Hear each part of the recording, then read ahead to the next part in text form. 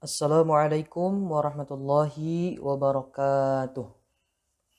Alhamdulillahi rabbil alamin. Wassalatu wassalamu ala asrafil anbiya'i wal mursalin.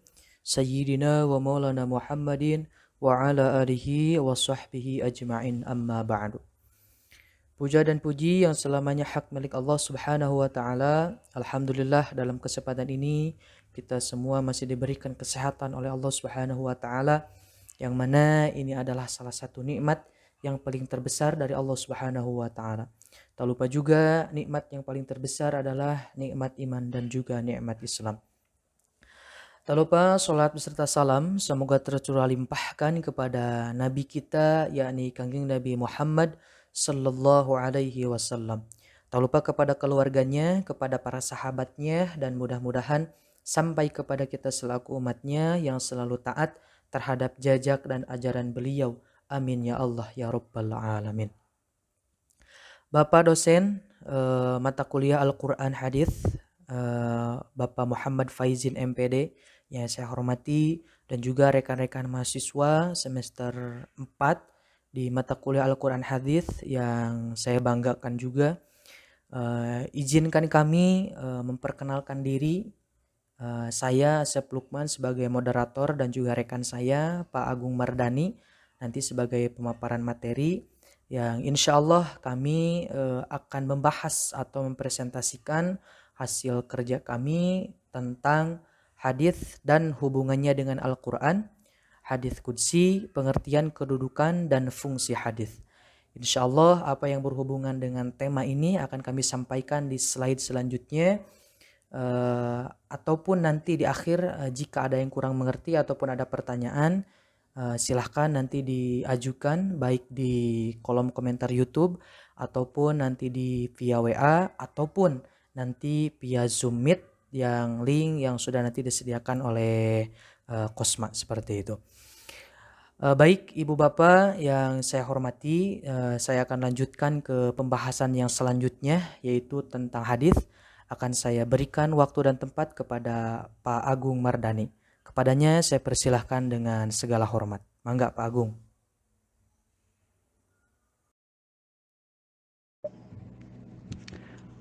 Baik, terima kasih kepada Kang Asep Lukman sebagai moderator.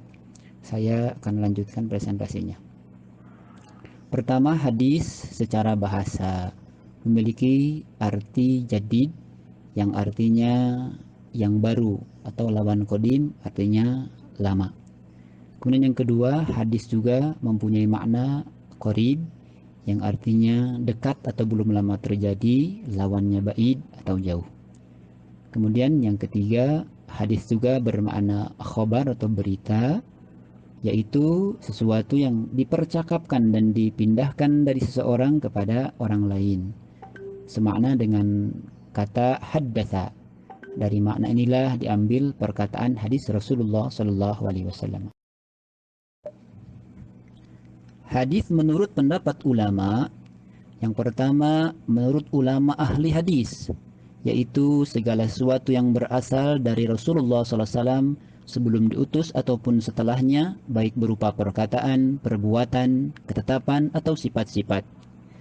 Yang kedua, hadis menurut ulama usul fiqih, yaitu segala sesuatu yang berasal dari Rasulullah SAW yang berupa perkataan, perbuatan, dan ketetapan yang bisa dijadikan dalil bagi hukum syara. Yang ketiga, menurut ulama fikih, hadis atau sunnah. Jadi sunnah adalah segala ketetapan dari Nabi SAW yang tidak bersifat fardu ataupun wajib. Di antara jenis hadis ada namanya hadis qudsi, yaitu setiap hadis yang berupa perkataan Nabi SAW yang disandarkan kepada Allah Subhanahu wa Ta'ala. Perbedaan antara hadis qudsi dengan Al-Quran adalah Al-Quran hanya disandarkan kepada Allah Subhanahu wa Ta'ala, maka kata yang digunakan adalah qalallahu ta'ala, atau Allah Subhanahu wa Ta'ala berfirman. Sedangkan hadis qudsi pertama kali disandarkan kepada Rasulullah SAW, sebab Rasul yang pertama mengungkapkan hadis tersebut sebagai berita dari Allah Subhanahu wa Ta'ala. Oleh karena itu, Kata-kata yang digunakan dalam hadis qudsi adalah qala Rasul sallallahu alaihi wasallam bima yarwi an rabbih. Rasul sallallahu alaihi wasallam bersabda dari yang difirmankan oleh Tuhannya. Ini adalah perbedaan dipandang dari sudut ilmu hadis. Kemudian selanjutnya hubungan hadis dengan Al-Quran. Allah Subhanahu wa taala berfirman dalam Quran surat An-Nahl ayat ke-44 yang bunyinya wa anzalna ilaika dzikra litubayyana lin-nasi ma nuzila ilaihim wa la'allahum yatafakkarun. Dan kami turunkan kepada kamu Al-Quran agar kamu menerangkan kepada umat manusia apa yang telah diturunkan kepada mereka dan supaya mereka memikirkan. Ayat ini dengan jelas menyatakan bahwa fungsi hadis adalah merupakan penjelas bagi ayat-ayat Al-Quran yang masih bersifat global. Maka hubungan keduanya tidak dapat dipisahkan seperti dua sisi mata uang.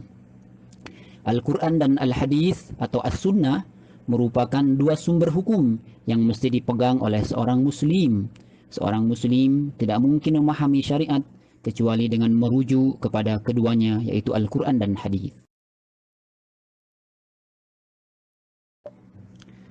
Pembahasan selanjutnya adalah pengertian hadis, yaitu segala sesuatu yang berasal dari Rasulullah SAW sebelum diutus ataupun setelahnya, baik berupa perkataan, perbuatan, ketetapan, ataupun sifat-sifat. Kemudian hadis diklasifikasikan menjadi beberapa bagian.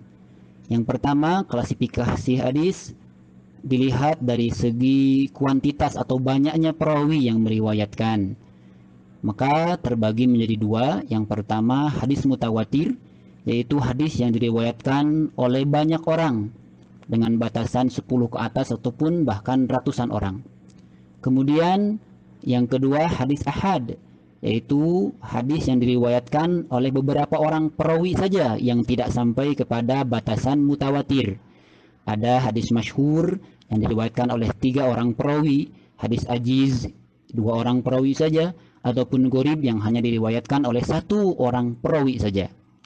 Kemudian pembagian hadis dilihat dari segi kualitas perawi, dari segi diterima atau tidaknya hadis tersebut. Maka hadis tersebut terbagi menjadi 2, yaitu hadis makbul, hadis yang diterima, yaitu hadis sahih dan hadis hasan. Kemudian hadis mardud atau hadis yang ditolak atau yang kita kenal dengan istilah hadis doif. Namun pengertian ditolak di sini perlu dipahami bahwa tetap hadis doif juga bukan ditolak untuk diamalkan, ya, tapi ditolak untuk dijadikan patokan hukum. Karena mayoritas ulama berpendapat bahwa mengamalkan hadis doif yang berhubungan dengan fadilah amal adalah diperbolehkan dengan syarat kedoifan hadis tersebut tidak terlalu doif. Banyak hadis lain yang semakna dengan hadis tersebut, dan ketika mengamalkan hadis doif, jangan berkeyakinan bahwa hadis tersebut berasal dari Rasulullah SAW, tetapi harus berkeyakinan hanya sebagai suatu kehati-hatian saja. Dengan demikian, hadis doif yang boleh diriwayatkan adalah hadis-hadis yang berhubungan dengan nasihat atau mau'idah, berita gembira berupa targhib, peringatan berupa tarhib, atau kisah-kisah dan sejenisnya.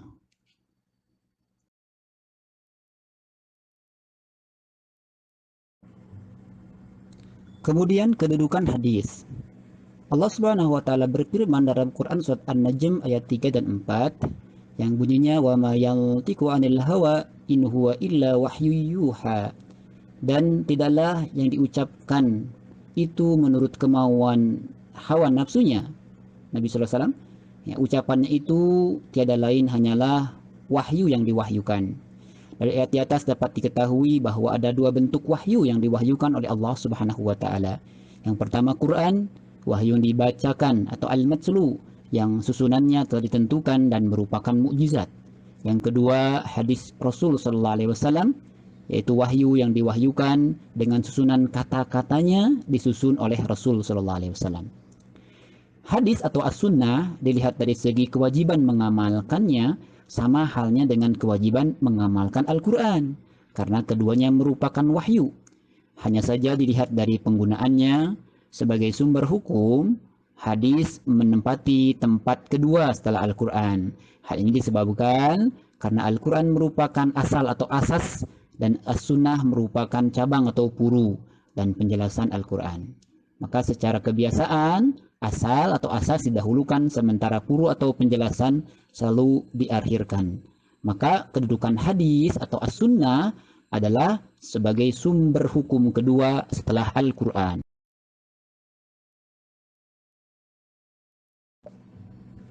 Selanjutnya, fungsi hadis. Fungsi hadis adalah untuk menjelaskan Al-Quran sebagaimana diterangkan dalam An-Nahl ayat 44 di atas. Setidaknya ada 5 fungsi hadis terhadap Al-Quran. Yang pertama, bayan tafsil, yaitu perinci ayat-ayat yang masih global. Yang kedua, bayan takhsis, yaitu pengkhusus ayat Al-Quran yang masih umum. Yang ketiga, bayan at-taqyid, yaitu pembatasan ayat Al-Quran yang bersifat umum. Yang keempat, bayan musbit, yaitu penguatan hukum dalam Al-Quran. Dan yang kelima, bayan tashri', yaitu hadis merupakan sumber hukum yang tersendiri, yaitu sumber hukum selain Al-Quran, yang tadi merupakan sumber hukum yang kedua setelah Al-Quran. Alhamdulillahirrabbilalamin. Pemaparan mengenai hadis dan hubungannya dengan Al-Quran, hadis qudsi, pengertian kedudukan dan fungsi hadis sudah disampaikan dari kami, saya dan juga Pak Agung. Mohon maaf apabila banyak sekali kekurangan dalam segi penyampaian ataupun segi materi yang disajikan di PowerPoint ini. Mudah-mudahan ini bisa menjadi salah satu ilmu yang bermanfaat bagi kita semua. Apabila ada pertanyaan silakan nanti diajukan. Terima kasih. Alhamdulillah rangkaian acara dari awal sampai akhir telah selesai. Terima kasih. Saya akhiri dengan akhirul kalam. Assalamualaikum warahmatullahi wabarakatuh.